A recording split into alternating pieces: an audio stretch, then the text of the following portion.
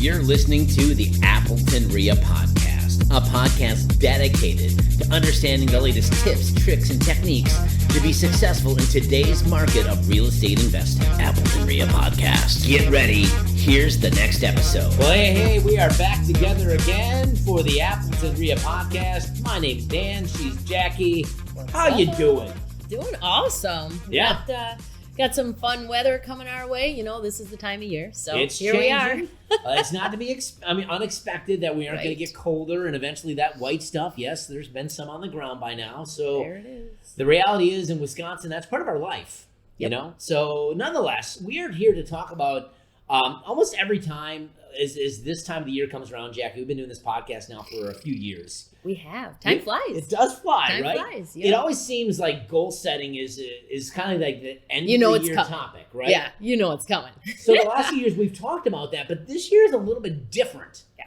Because we are in some just really uncharted waters. We right really now. are. Some unpredictable times, right? Even so much different than when you and I were starting in Yes. this business back in 07 and Yeah. 08 and 9 and 10, you know, as things, we could kind of see the writing on the wall back then. Whereas Yes. right now we're kind of just on the edge of our seat, waiting to see what happens each month, right? As things kind of go out. And of course it was a midterm election year and stuff Yep. like that, which, you know, definitely holds out a few things, but Right. yeah, totally unprecedented. And you got to still set your goals, but you don't For sure. know with definition exactly And what with you're getting. real estate, it's always been cyclical. I mean, you're going to have buyer's markets and seller markets. Gonna happen. And each story is told a little bit differently. I mean, the last downturn was because of the whole foreclosure crisis, and that kind of tampered things and softened things and changed the way that people have to buy.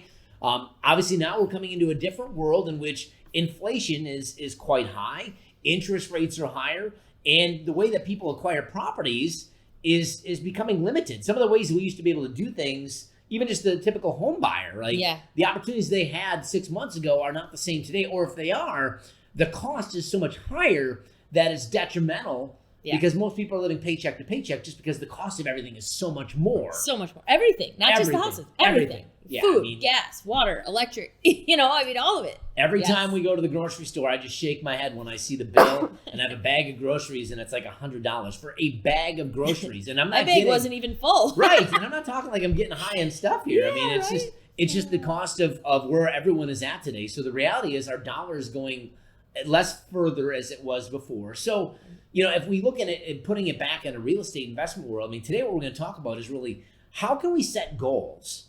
Because we still have to do that, Dan. Absolutely. We still have to do that. Yeah. You have to look at this and like, how can we really set goals in an uncertain time? Yeah.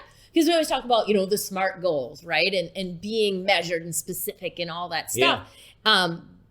Which is really easy to do in a predictable market. Right. But when you don't know what's going to happen next month, you know, with inventory, with prices, with buyers shying away or buyers jumping in, or, you know, sellers holding back, or are sellers motivated to get rid, you know, we've got all these pre-foreclosures hitting the market. It's just, it's hard to say this is what I want by the end of 2023 and then have a map to get there. So a couple of things we need to do. Number one is to be educated. Yeah, I would agree. Like we were talking about earlier, if you think the stuff that you've done over the last year, 2 years, even 3 years is going to continue to work, you're going to be very awake. Yeah, you're going to find out the hard lesson. Yeah. Absolutely. You hit upside the head, right? So to me, education's always been important, and I know it is to you. Yeah, absolutely. I will spend all the money on the education to keep myself from spending all the money on the mistakes. Mm-hmm. But learning the new, and they're not even new. No, New is the wrong word. That's but true. Learning the techniques that maybe you don't know yet because maybe you haven't been in the business Right. long enough to have had to use these techniques that you and I used 10 years, 20 years ago. Wasn't really accepting those techniques because it was Not in the such last a 3 years. hot seller's market. Some of the things specifically with dealing with seller financing and sub-twos and like Short lease sales. options and short sales, that just wasn't even on the radar for if you're a new investor in the last 2 to 3 years.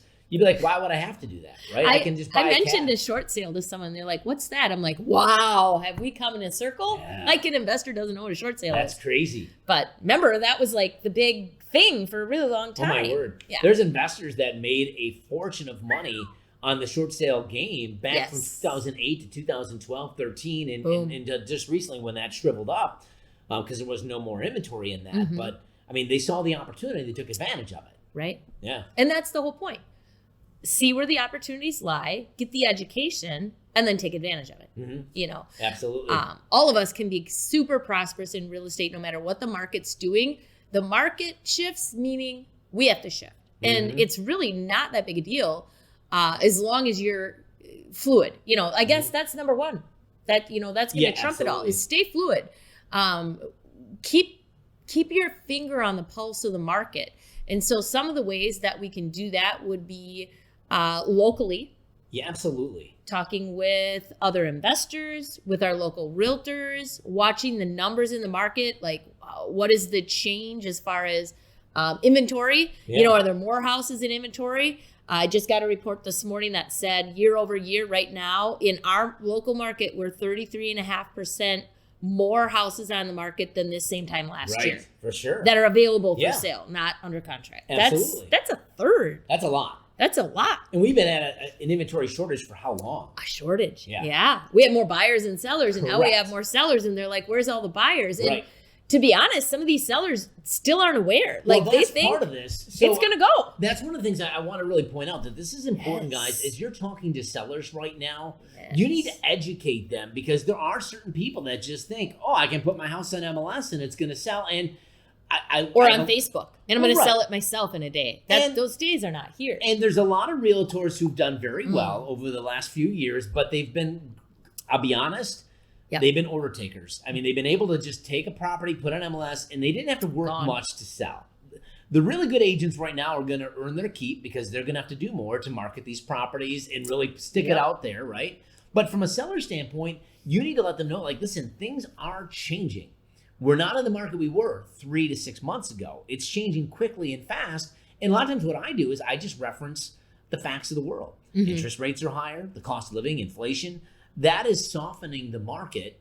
We were just talking about earlier, but the price, what's the term they use? Price improvements now. They don't use reductions. They're a price improvement on a on home. the house listing. Yeah, right? The price improvement.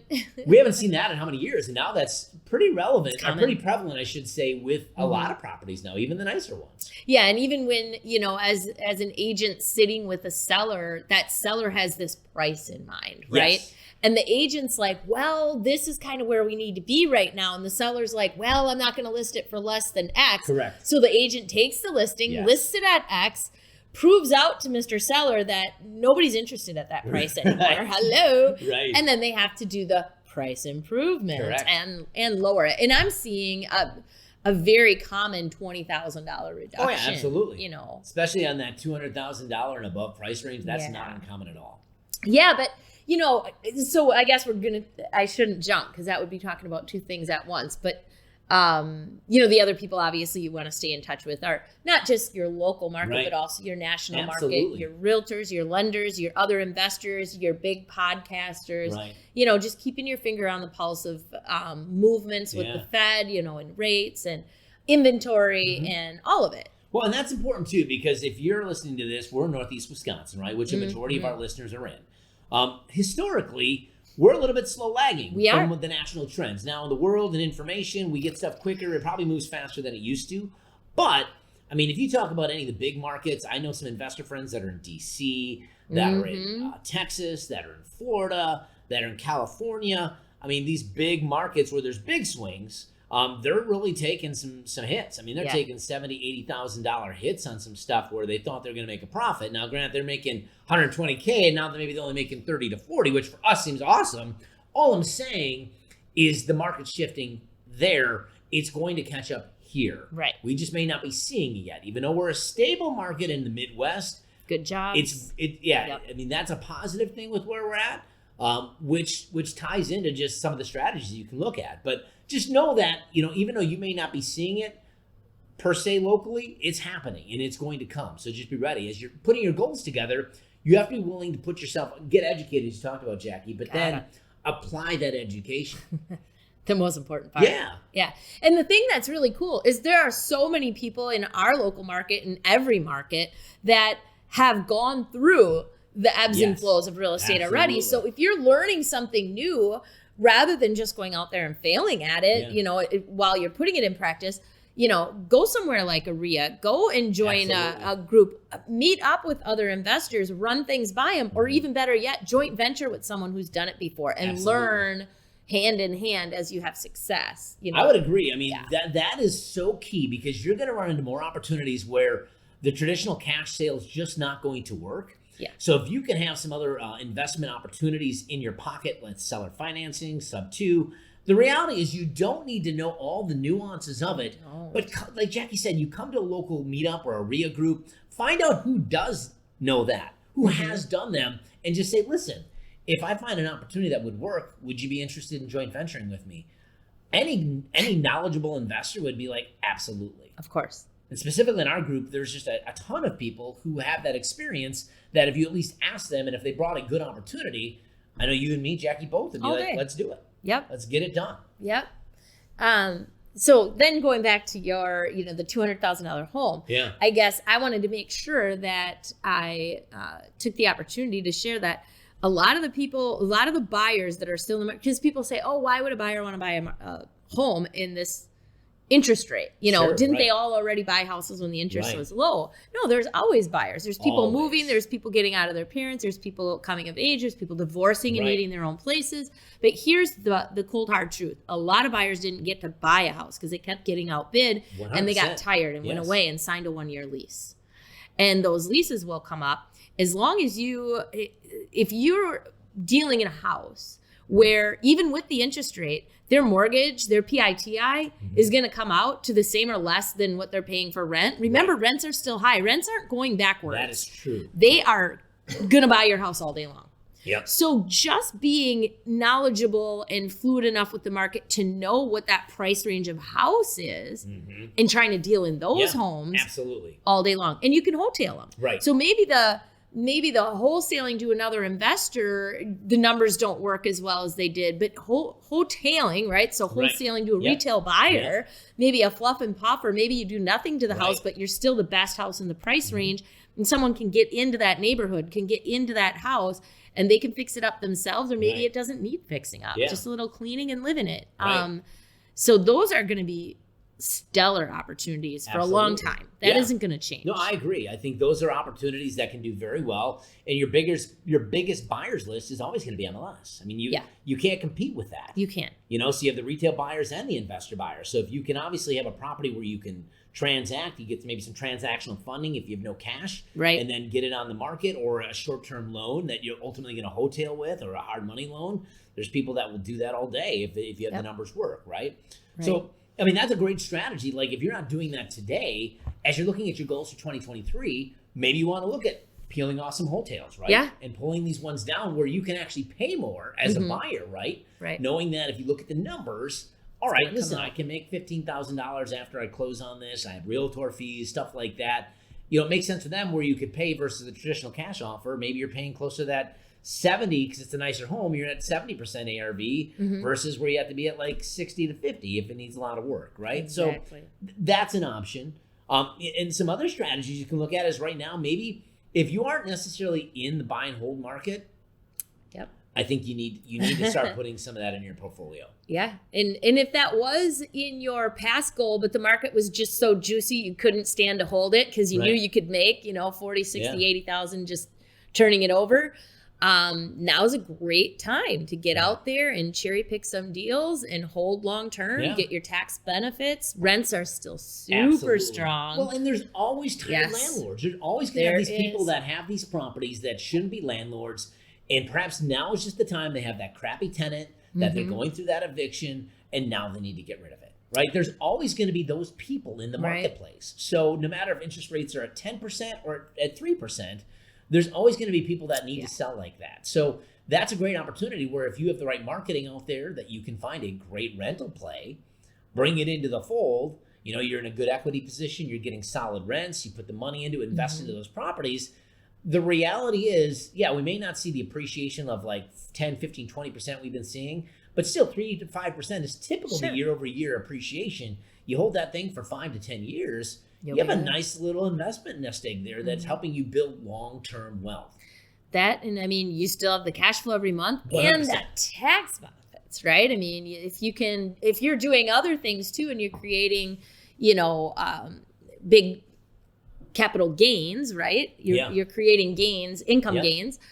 These will help offset 100% that tax burden. So I would agree. And you could even marry the two together. So maybe you're buying a rental and using seller financing, because if they have a loan at 4% or something, and they're willing to do some type of seller finance, and you can merge those. So again, education could be a really big thing right now. And I know we're right now, as they're recording this is November of 2022, but this is the last year, I believe, for that accelerated depreciation. Is that kind of gone as well? Is that's still active through the end of this year, right? It is for sure this year. I don't know. I think it's different. So I don't know all the nuances of it. That's not my space. I'm not an accountant. But I don't think the best advantage is this year. And then I think it's less next year. And then it tails off to where basically it's no longer with over a 2 to 3 year time span. So if you are able to pull down a property before the end of this year, that accelerated depreciation, I can tell Jackie and I both benefited from it. The tax benefits you get from it are unbelievable, as long as your plan is to hold it long term. Right? Yeah. You're going to sell in a year or two. That may not be recap talk to your CPA. We're not that. We're investors. But if you're thinking about a 10, 15, 20 year hold on a property, it's a no-brainer to take the accelerated depreciation on something like that. Right. And of course, today we're talking about goals. Right. And so what are your goals? Figure it out. Do I want to hold? I don't know. Do I? If I do, what does that look like? What is my price range? What is my area? How will I fold and flex? At what point do I not want to purchase? At what point will I not use traditional financing, and I have to find, a seller who's willing to finance because their loan is at an X rate, whatever it is. But really laying that out and being very specific with those parts, but knowing that you're going to have to be fluid as things do change. So maybe in the beginning you're saying, I'm going to use, conventional lenders, but at this point, and you have the goal, at this point, I'm going to flip and flex, and I'm only going to look for deals that I can seller finance, or that I can do a sub 2 or something where I can keep going. But at this point, I'm upside down in my goal. So knowing what that looks like, and the more you write those things out, and the more you have those delineations, the more you'll be able to recognize it. Because if you haven't written it down and said, this is what I want, but then at this point, I'm done with that, how will you recognize when you're done? And then we get ourselves in trouble, right? We keep going with the wrong technique at that point. Well, keep in mind, there's a lot of uncertainty, and sometimes uncertainty can make people not take action, right? This is when you do take action. Well, that's what I was just getting after, Jackie. We were just talking about earlier. More millionaires are made in these type of shifting markets because people take the action. They're willing to take some educated risk, apply themselves, fail forward, or at least find people to partner with to fail with, that it limits your risk, right? So if you do make an oops, okay, you learn from it, you wipe yourself off, and you go after it.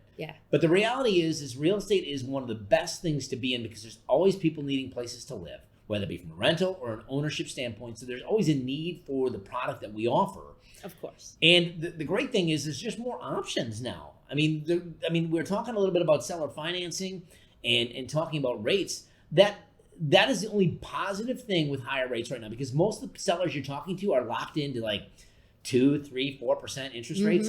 Probably not even 4s. Most people refinance in the last year, so they're in a 2 and 3% percentage rate. They don't want to sell. What happens if you buy this property subject to or seller finance, and then you wrap around 7 to 8% interest on top of that with another note? You're going to have automatically a cash flow on that.